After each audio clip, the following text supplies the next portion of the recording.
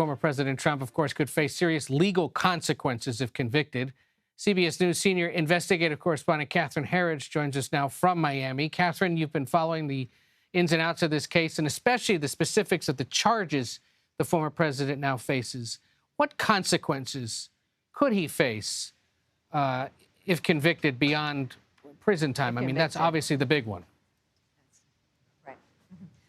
You know, it's a pretty broad scope, Ed. What I would say is that if he is convicted of some of the lesser charges, he's definitely looking at sizable fines and maybe some limited jail time. But the big one in terms of confinement would be the obstruction charge. Obstructing a federal criminal investigation can have a maximum of 20 years in prison and several $100,000 in fines. The one charge, though, I would pay a lot of attention to has less jail time, but it's often easier for prosecutors to prove, and that's the false statements statute. That's 18 U.S.C. 1001. In that case, if convicted, it's a fine and jail time. It's mandated of 5 years. So if you think about an FBI interview, if they're able to prove multiple false statements or multiple examples of misleading investigators, you know, you could be looking at 15 or 20 years just for a single interview. So that's kind of the one to watch, I think, in the big picture. And real quick, Catherine, isn't one of these charges tied to the possibility of completely disqualifying him from running for federal office ever again? Well, that, I think, is going to come under the January 6th investigation. I'm glad you raised that. It's worth reminding people that Jack Smith has investigations going on two parallel tracks right now. There's the mishandling of classified information at Mar-a-Lago. We now have charges brought in that case, and the former president is officially a criminal defendant in the federal legal system. And then the other one is the January 6th investigation in Washington, D.C. Remember, there's the grand jury proceedings there, and now we recently had grand jury proceedings here in Florida. Unlike this case, where the crimes allegedly happened in Florida, January 6th would be brought in Washington, D.C. with a very different jury pool. And if I was going to give you my sort of best estimate of the most severe charge, that would be the seditious conspiracy charge. Right. And a conviction there, I think, obviously would kind of knock him out of the box for a second term. That's why I asked it, Catherine, because at least in the view of public opinion, right? Yeah. Sure. No, and that's why I asked it, because there is, of course, multiple investigations, multiple cases. It can be confusing for the viewers. You did such a great job there, as you always do, of clarifying that. Catherine Herridge in Miami. Confusing for the reporters, too, sometimes. Yeah, but you always seem to nail it, Catherine, which is why we're glad you're on Team CBS, and we thank you for today. Sure. We know you've still got a long night to go. Okay. Catherine Herridge there in Miami, thank you. Up in New Jersey, we find CBS News Chief Washington correspondent Major Garrett there in front of what can only be described as a campaign-style rally. Major, you are on the grounds of the building where the former president, perhaps best known to most Americans, is the place where he was interviewing cabinet secretaries back in the day during the transition. Yep. It is where he spends his summers. Remind us what we can anticipate later tonight when he returns to the Garden State. So welcome to Trump National here in Bedminster, New Jersey. Ed, let me show you, or at least explain to the audience, what's going on. So I'm looking at a camera on a riser as the day progresses here at Trump National Golf Club. The ninth hole is just on the other side of my camera, about 40 yards away, and club members are finishing out playing the ninth hole. Looks like a difficult approach shot to a sloping green. I've watched lots of them have problems with it. They are playing golf, zipping around, and kind of blissfully unaware or nominally aware of this media contingent here, preparing to hear the former president's speech. Now we're told about 8:45 Eastern time tonight. This will be the second post-indictment Trump rally party I have attended as a reporter. There might be two more, to your point that you just discussed with Catherine.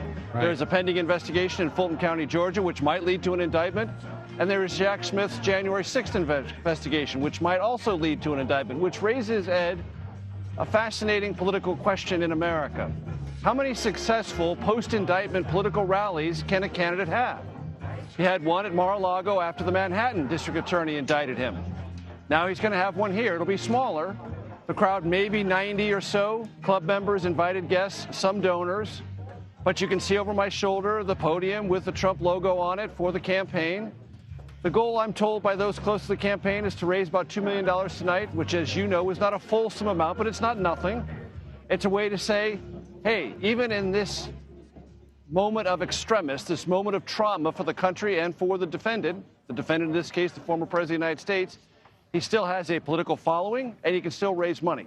Now, the money raising is interesting because, as anyone who knows anything about the Trump campaign realizes, the money just doesn't go for the campaign. The money also pays for legal teams, which are still being assembled in Miami, and the legal bills continue to mount. So this is a legal and political scenario right up against one another, and tonight's remarks, if Trump follows his pattern, and there is no reason for me to believe he won't, will be full of grievance to suggest that these indictments, like the Manhattan case, were brought for political reasons only, not because of his behavior, not because of the facts and the law, but because he is the leading candidate for the Republican nomination in 2024. And with that comes a kind of argument from the Trump campaign, which follows as this. Because he's a candidate, because he's running, and because he's the front runner, he simply cannot be indicted. Because if he is, it is by its very nature political. That's the kind of insulation the former president would like to convey to his supporters and the rest of the country. It is an insulation that might have political relevance for this coming month and months to come. It will have no relevance in a court of law. Major Garrett there at Bedminster, New Jersey, where the former president will speak later tonight, fighting the dulcet tones of Elton John and Snoop Dogg. We appreciate it, and we'll talk to you as the evening progresses. CBS News chief political analyst John Dickerson joins us now. He, of course, also the host of Prime Time with John Dickerson on this very network. John, you've written a few books on the history of the presidency and campaigning for president, so what better person to talk to than you? In the history of the presidency, are there any moments that mirror what's happening right now to Donald Trump? No, I mean, nothing close. And that's not just because it's the first former president to have a federal indictment. But it's also because what usually has happened, I mean, the closest analog would be Richard Nixon. And the story of Richard Nixon's departure, it was when his party abandoned him, when it got too hot, when that smoking gun tape was found. And the senior members of his party, including Senator Barry Goldwater, went to him and said, "You've lost my vote." We've seen that kind of political adhesion before to presidents during impeachments and that kind of thing. But this is now a president who's not in office. They don't have to reelect former President Trump, but he has the adhesion of his party as if he were an incumbent facing impeachment, and they're going to do everything they can to hold on to the office. So it's both the fact that this has never happened before in history, but also the fact that you have that political adhesion taking place for somebody who's not actually currently in office. You know, imagine a senator coming to him now saying, "You've lost my vote," and Trump would probably tell him, "Go stick it where the sun don't shine," or something. So yes, that speaks to how things have changed so much. You know, our new poll out this week shows 62% of Republican voters think the former president could beat the current president, Joe Biden, in 2024. There appears to be nothing really breaking his popularity with the party at all, does there? No, I mean, the numbers inside of that poll in all the different ways, you know, that you look at. I mean, you imagine if there were a question where you polled people who said they didn't want a president named Donald, that he would be leading in that group of voters as well. He has pretty much across the board strength, and it's impervious to all the slings and arrows he's faced, but also to things like when you ask voters, what do you want the candidates to talk about? He's not talking about any of those things, and yet he is the far and away top choice. He's also the top choice of those who are considering other candidates. And this appears to only strengthen him in terms of being attacked by a system that our poll shows most Republican primary voters see as one that's out to get him and that is politically motivated, even though the facts of the case might not support that view. And yet, quickly, former House Speaker Paul Ryan earlier today on CBS Mornings said the former president's not electable. I mean, so even if Republicans support him, Ryan is reminding at least his party they face a real challenge in that general election, right?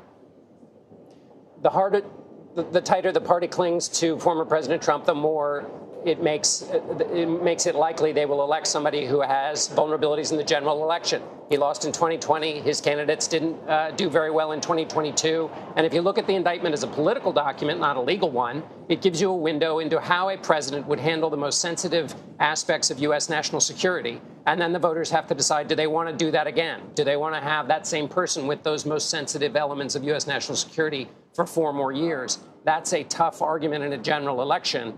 But that's not the election that Republicans are wrestling with right now. No, it's not. John Dickerson there in Miami. We thank you for your historical perspective. We'll talk to you soon.